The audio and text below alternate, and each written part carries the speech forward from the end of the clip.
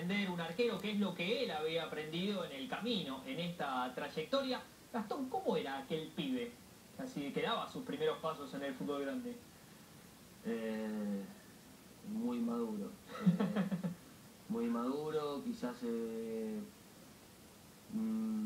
quizás sin la noción de lo que realmente era el jugador de fútbol profesional y que podía triunfar ya sea a nivel local o a nivel internacional.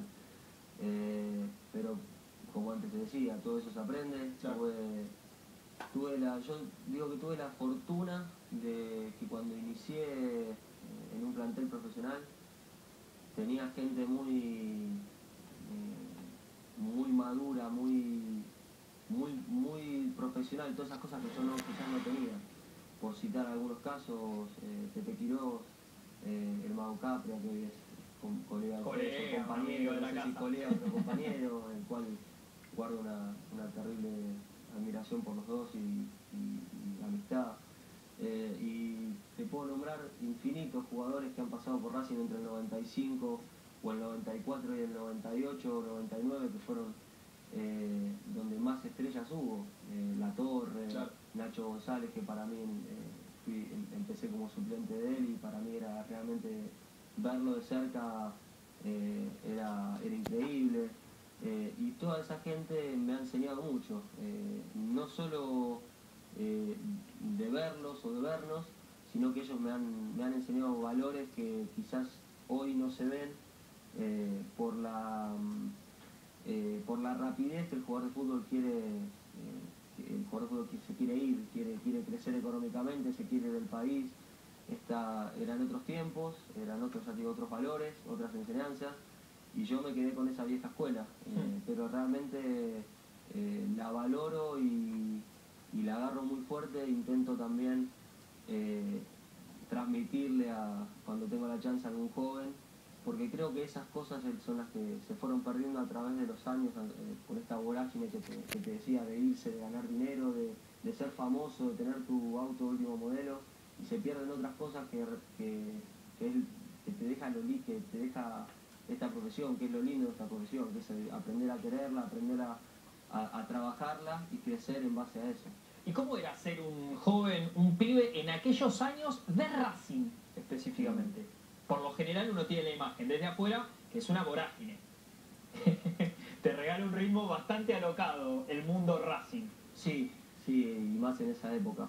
Quizás hoy es una isla, pero ahí estamos con imágenes, ¿no? de aquellos partidos. 6 de agosto del 97, el día de la primera vez ante Ferro. ¿Alguna vez estuviste tan nervioso en la previa de un partido como ese día? Sí. creo que dentro de esas cosas que te contaba, de lo que uno no toma noción, estuvo ese 6 de agosto. Encima que para mí creo que las cosas más importantes que me ha pasado es que me haga debutar Coco Basile, el cual guardo un inmenso respeto y lo quiero muchísimo. Y atrás de todo esto estaba como entrenador de arqueros el Pato Filiol. Entonces, que entre los dos hayan tomado la decisión de hacerme debutar, para mí fue muy importante. Pero creo que con el pasar de los tiempos, uno, como te decía, uno va tomando más noción y va teniendo más responsabilidades y va teniendo ese nervio. Igualmente ese día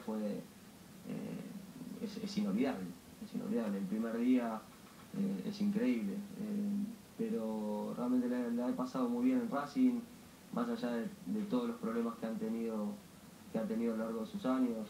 Ahí estaba viendo la imagen de Claudio Úbeda, fue otro de las personas con el cual he hecho mucha relación y me ha enseñado mucho, así que podría nombrarte muchísimos y sé que me estoy olvidando de muchos, hasta el hermano de Rubén, Diego Capria, muchos que han marcado en mi carrera cosas muy importantes que trato de hoy todavía llevarlas adelante y dejarlas como legado a los chicos que recién empiezan. Mirás para atrás y ¿cómo recordás la oportunidad de Racing de cortar esa racha que parecía eterna de años sin vueltas olímpicas? Creo que emocionalmente fue de lo más fuerte que me pasó y muy parecido a lo que pasó el año pasado en Nacional. Digo que muy parecido porque quizás en Racing me tocó estar en ese grupo, atajando el primer partido porque Gustavo Campagnolo no había tenido su habilitación, y después ir todos al banco. Pero tanto mi familia como yo somos hincha y socios de Racing, y haber pasado toda la etapa mala de Racing, de la quiebra, de ir al lugar de entrenamiento y que estén cerrados porque no habían pagado el arriendo, de que jugadores, otros importantes como el Colorado McAllister en la época de Babington, tenga que llevar sus pelotas en el baúl del auto porque no teníamos para entrenar, y haber pasado después al gerenciamiento y haber salido campeón, para mí fue increíble, porque lo viví como jugador y como hincha. Claro. Entonces fue algo increíble. Por eso te digo que parecido a lo de Nacional, porque en el otro quizás sin ser socio e hincha de Nacional, con un cariño enorme, pero me tocó atajar todos los partidos y ser quizás ser un punto alto del equipo. Pero Racing ha sido una parte importantísima en mi vida, quizás con el sinsabor de no haber tenido una continuidad muy grande de partidos, pero por esto que vos contabas, por la vorágine de que Racing necesitaba siempre estar en los primeros puestos y apostar por un juvenil siempre era una segunda opción. Claro. Y también hay que ser realista, quizás yo tampoco estaba en el momento para que exigía Racing, eso lo tendrán que decir los técnicos que estaban en su momento, pero también te tengo que decir que tuve grandes arqueros adelante, que de los que yo considero 3 o 4 mejores que tuve adelante, 3 fueron llamados a la selección nacional: Nacho González, Gustavo Campagnolo, Bizarri en su momento, o sea que uno analiza hoy más detenidamente las cosas y quizás no era mi momento, no era quizás mi lugar, porque cuando yo me fui a Racing en el 2004, a partir de ahí atajé en todos los equipos que estuve como titular y creo que con rendimientos aceptables, o sea, fui de menor a mayor, entonces creo que quizás no era mi momento, no era mi lugar, pero estoy inmensamente agradecido por los casi 13 años que he vivido en la institución, contando profesionalismo con los juveniles. ¿Eso era parte de lo que buscabas cuando decidiste atravesar la etapa en Jujuy? Sí, yo de Racing primero me fui a Chile y 6 meses, y después tuve la chance de que justamente Tele Quirós, que estaba de técnico del instituto, me llame para suplantar en ese momento a Caranta. Claro.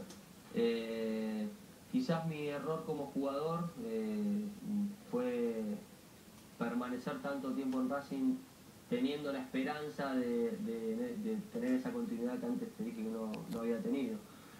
Pero mi ilusión era esa, era ser el arquero titular de Racing en ese momento. Cuando me di cuenta que las puertas se iban cerrando y cuando finalmente el técnico de turno dijo que no iba a contar más conmigo, decidí mirar para otros lugares. Apareció la chance de Deportes Concepción en Chile, un equipo muy humilde que se preparaba para no descender, y terminamos jugando los cuadrangulares y nos dejó fuera el campeón, que fue la Universidad de Chile, la Católica. La Católica. Entonces es como que de ahí arranqué, y esa confianza que me dio ser titular durante 23 partidos la aproveché como envión, y de ahí para adelante todo lo que vine: Instituto, Oviedo en España, Rafaela, Gimnasia Grima de Jujuy, el cual también estoy muy agradecido con la Bruna, que me dio la chance de volver a la primera, y ahí bueno, lo que recién hablábamos, Atlético Nacional. Llegando al final de esta charla futbolera con Gastón Pessuti, vamos a hacer foco en una parte de su campaña que para algunos quedó olvidada, porque es cierto, el referente en el arco de ese equipo de la selección argentina, campeona del mundo, era Joaquín Irigoyenea. Estamos hablando de Qatar 1995, el señor parte necesaria, partícipe de aquel conjunto de José Pekerman. El tiempo pasó y casi que de alguna manera se reencuentran en el ámbito, por lo menos en Colombia, porque él dirige la selección, vos arquero de Atlético Nacional. Pero ¿qué recordás de aquellos tiempos y de esa auténtica aventura que resultó en la selección de Qatar? Y fue mi primer título a profesional, diríamos. Si bien es juvenil, es muy profesional ya esa época. Pero lo que más recuerdo era, y siempre digo lo mismo, nosotros iniciábamos una etapa con José después de que las juveniles habían tenido ciertos problemas en alguna participación, claro, si no me equivoco, en Portugal. Sí. Y donde no se le daba mucho crédito a todo esto. Y siempre cuento la misma anécdota. Nosotros cuando nos fuimos a Qatar, no sabíamos si iban a transmitir los partidos. Es como que nadie quería transmitirlos. Claro. Y bueno, y después se hizo un grupo espectacular de chicos que casi, yo creo que 3 o 4 habían debutado en primera, el resto no, el resto éramos todos juveniles, con muchas ganas de crecer y con mucha inconsciencia, pero comandados con José y Hugo Tocali, y atrás de ellos los profes, médicos que han encaminado todo este proceso, que nosotros fuimos el primer pasito, claro, y algo muy importante que después se logró.